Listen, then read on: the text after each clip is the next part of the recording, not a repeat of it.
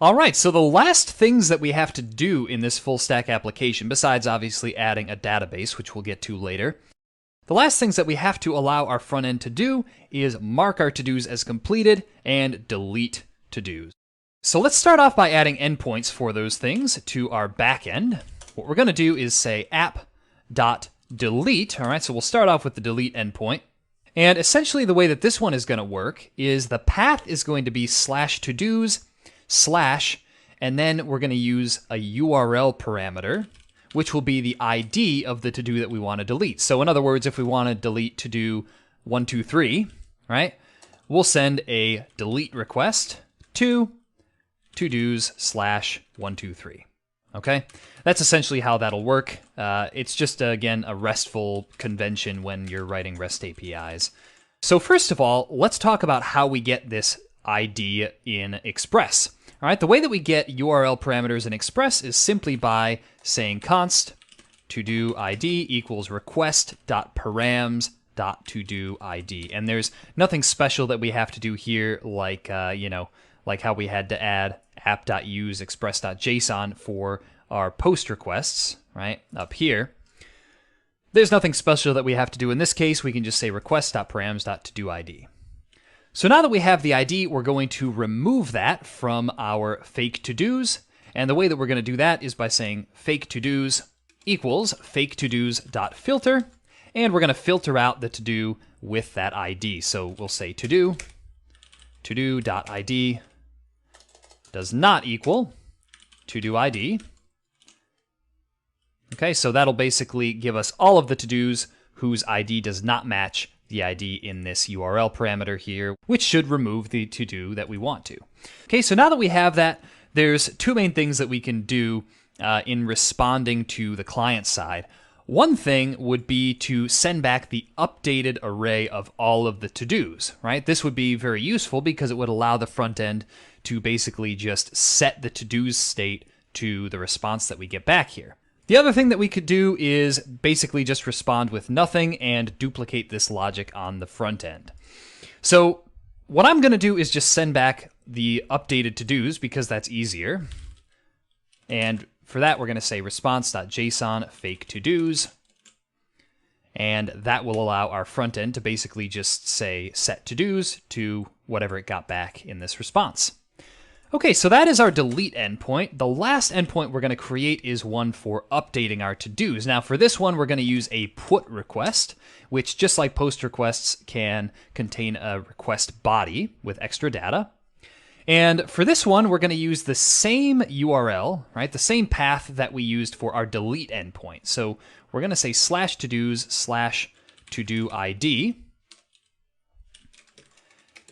And inside here, what we're going to do is we're basically just going to mark the to-do with that ID as completed. Okay, so all we have to do is say const to-do ID equals request.params.todoID. And under that, what we're going to do is say fake to-dos.find. We're going to find the to-do with that ID, like this. To-do.id is equal to to-do-ID. And we're going to set its isCompleted property to true. All right. So that's all we need to do for that one. And just like with delete, we're going to send back the updated to-dos just because that avoids having to duplicate that logic on the front end. So for this, we'll say response.json fake to-dos. Okay, so those are our delete and update endpoints. Let's go back to our front end now and actually make those requests.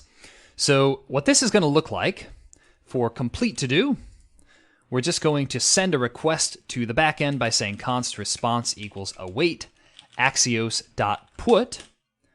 And we're going to use backticks here and say /todos/ and insert the to-do ID that we're getting from the argument here. All right. And we don't actually need any request body in this case, even though that would be a possibility if we needed to. All right, so now that we've got our response, we're just going to call set to-dos with response.data. And that will set our to-dos state to the updated to-dos. Okay, so we're going to do the same thing with delete to-do. All we need to change is we need to change this to axios.delete.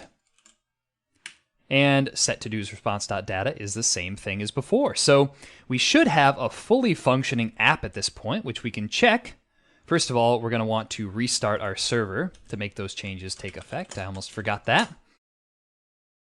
And we're going to go back here, refresh just to make sure we have the most up-to-date version. Oh, and one thing you'll notice too, this is why we'll want to use a database in the future, is when we refresh the database after creating a to-do or something like that, we'll see that the data is reset to the way it was initially. Okay, so our data isn't persisted when we restart our server, in other words. We'll see how to add a database later on. Okay, so let's just test marking as completed and deleting. Marking as completed we should be able to do by just clicking on Mark as completed.